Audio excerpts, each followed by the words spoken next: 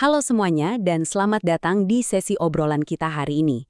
Kita bakal ngelakuin sebuah refleksi pribadi yang cukup mendalam nih. Anggap aja ini momen buat kita tarik napas sebentar, melangkah mundur dari rutinitas dan hiruk-pikuk dunia modern yang serba cepat untuk sekadar merenungkan lagi apa sih makna sejati dari iman dan kesejahteraan. Kita bakal bahas sesuatu yang sebenarnya super dekat dengan keseharian kita. Sebuah praktik kuno tapi tidak pernah lekang oleh waktu. Sayangnya, saking seringnya kita jalanin sebagai rutinitas belaka, makna terdalamnya kadang malah lewat begitu aja. Oke, mari kita masuk ke bagian pertama kita. Mengapa sih kita ke gereja? Sebuah pencarian makna. Sebagai manusia, kita itu gampang banget terjebak buat ngukur kedalaman spiritual seseorang dari apa yang kelihatan dari luar aja ya kan? Nah, mari kita selami ini lebih dalam. Ada cerita menarik tentang seorang wanita bernama Maria yang nggak pernah absen ikut misa. Suatu hari, temennya ngelontarin sebuah pertanyaan yang mungkin juga sering banget mampir di telinga kita. Atau malah, diam-diam pernah kita tanyain ke diri sendiri pas lagi capek-capeknya. Buat apa sih rajin-rajin ke gereja? Pertanyaan sehari-hari yang kedengarannya agak skeptis ini, ternyata justru ngebuka pintu buat diskusi yang jauh lebih gede tentang apa sih motivasi dasar kita dalam beriman. Terus temennya ini ngelanjutin rasa penasarannya dengan nanya, emangnya apa yang kamu dapat? Coba deh kita berhenti sebentar di sini dan biarin pertanyaan ini benar-benar meresap. Kalau kita tanya ke diri kita sendiri pakai format tanya jawab kayak gini, gimana coba kita mendefinisikan keberhasilan iman itu? Apakah harus sesuatu yang bisa dipegang secara fisik? Masalahnya, masyarakat modern sekarang sering banget ngelihat pengabdian agama itu mirip kayak transaksi bisnis. Kita ngerasa udah ngasih waktu, ngasih tenaga, terus otomatis kita ngarepin ada keuntungan material yang cair sebagai imbalannya. Dan pemikiran transaksional tadi akhirnya berujung pada komentar temennya yang cukup nyelekit, tapi kok hidup lu biasa-biasa aja? Komentar kayak gini tuh langsung berasumsi kalau rajin merayakan Ekaristi harusnya jadi semacam jaminan instan buat dapetin kekayaan berlimpah, jadi terkenal, atau punya pencapaian mentereng di mata dunia. Seolah-olah kesalehan itu adalah asuransi buat kesuksesan duniawi. Nah, ini bawa kita ke bagian kedua, kesuksesan di luar materi, dan gimana kita butuh perubahan sudut pandang. Kita harus berani nih ngebongkar mitos soal iman transaksional ini. Keberhasilan iman itu nggak melulu soal materi, teman-teman. Buah yang sejati dari Ekaristi justru adalah perubahan karakter internal yang mendalam.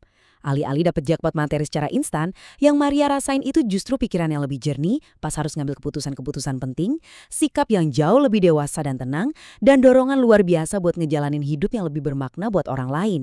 Jadi, suksesnya itu pindah ke dalam. Lanjut ke bagian ketiga. Sumber dan puncak kehidupan. Ini tuh ibarat jangkar teologis kita. Terus apa dong penyebab spiritual dibalik perubahan karakter yang drastis tadi? Gimana ceritanya itu bisa terjadi? Nah, ajaran gereja melalui Lumen Gentium ngasih jawaban yang tegas banget kalau Ekaristi itu adalah sumber dan puncak seluruh hidup Kristiani. Kalimat ini bukan cuma sekedar susunan kata-kata puitis ya, ini tuh ibarat power bank spiritualitas kita. Dari sinilah semua kekuatan iman kita itu berasal, dan ke titik inilah seluruh perayaan iman kita memuncak. Jadi, poin krusialnya ada di sini. Dalam sakramen ini, kita tuh nggak cuma sekedar nyari kedamaian batin buat diri sendiri, tapi kita lagi mengenang dan merayakan Kristus yang benar-benar ngasih hidupnya 100% buat umat manusia. Ada kutipan indah banget dari 2 Korintus 8:9 yang ngingetin kita, ia yang kaya rela menjadi miskin, supaya manusia diperkaya dalam kasih-Nya. Pemberian diri Kristus yang total dan tanpa syarat inilah teladan paling puncak dari apa itu kekayaan yang sejati. Kekayaan yang pastinya beda jauh dari apa yang didefinisikan sama dunia. Nah, dari pengorbanan luar biasa itulah, kita nerima yang namanya daya kasih. Rahmat transformatif yang kita dapat di altar ini benar-benar jadi game changer. Dia secara radikal ngubah cara kita ngelihat uang, ambisi buat sukses, dan pastinya gimana kita berhubungan sama orang lain. Liturgi ngasih kita kekuatan yang gak gampang goyah buat ngebangun kesejahteraan yang asli, yang akarnya menancap kuat pada solidaritas sesama. Kalau kita coba rangkum ajaran inti ini, kita bisa lihat ada 4 pilar utama. Pertama, jelas ngasih ketenangan batin. Kedua, ini momen buat terus ngingat kasih Kristus yang habis-habisan itu. Ketiga, liturgi itu adalah sumber utama dari mana semua kekuatan gereja mengalir. Dan yang keempat, justru dari altar inilah kita narik kekuatan abadi buat ngebangun kesejahteraan yang sejati di kehidupan kita sehari-hari. Sekarang kita masuk ke bagian keempat, kolekte sebagai wujud nyata berbagi. Ini tentang gimana kita mewujudkan iman dalam tindakan. Mungkin kamu mikir, gimana sih teori teologi yang tinggi ini bisa kelihatan di keseharian kita yang membumi? Gampang. Coba bayangin 3 langkah praktis ini. Langkah pertama, secara rohani kita nerima anugerah di altar. Langkah kedua, kasih yang kita terima itu langsung mengalir jadi tindakan nyata, yaitu pas kita nyisihin sebagian milik kita buat dibagi lewat keranjang kolekte. Dan langkah ketiga, tindakan gotong royong ini pada ujungnya nyiptain kesejahteraan bareng-bareng. Ini perumpamaan hidup sehari-hari yang pas banget buat ngejelasin gimana iman itu harus bergerak jadi sebuah aksi.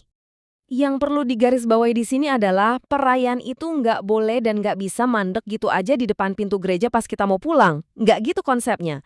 Ekaristi harus berubah wujud jadi sebuah gerakan kasih yang aktif di luar sana. Jadi, masukin uang ke keranjang kolekte itu bukan sekedar formalitas buang uang receh sisa ya. Ini tuh komitmen dalam banget buat ngalokasiin sumber daya yang kita punya demi manjangin fungsi meja altar itu sampai ke saudara-saudari kita yang lagi miskin dan kesusahan. Dan akhirnya kita sampai di bagian kelima, makna baru hidup sejahtera. Di sini kita bakal mendefinisikan ulang apa sih kesejahteraan sejati itu. Kalau semua konsep dan obrolan kita dari awal tadi disatuin, kita bakal nemuin sebuah pergeseran sudut pandang yang luar biasa. Santo Yohanes Paulus II pernah nulis pernyataan yang kuat banget. Gereja hidup dari Ekaristi. Kutipan emas ini negasin kalau apa yang udah kita rayain di dalam gedung gereja harus benar-benar berbuah di tindakan yang konkret di luar sana. Denyut nadi kehidupan gereja itu nggak statis, teman-teman. Dia terus-menerus mompa aliran kasih ke dunia. Dunia sering banget ngedikte kita kalau sejahtera itu artinya sekedar punya barang lebih banyak, mobil lebih bagus, rumah lebih gede. Tapi, realitas yang udah disentuh sama daya kasih tadi nunjukin hal yang benar-benar sebaliknya.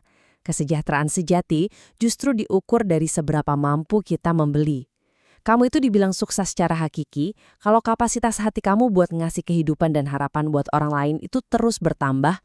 Pada akhirnya, kesejahteraan yang sejati itu berarti kita berani ambil komitmen buat niru Kristus, pribadi yang rela berbagi dan ngasih dirinya 100% tanpa hitung-hitungan. Sikap hidup kita dan perubahan karakter kita setelah pulang dari perayaan harus selalu mencerminkan kedewasaan spiritual ini.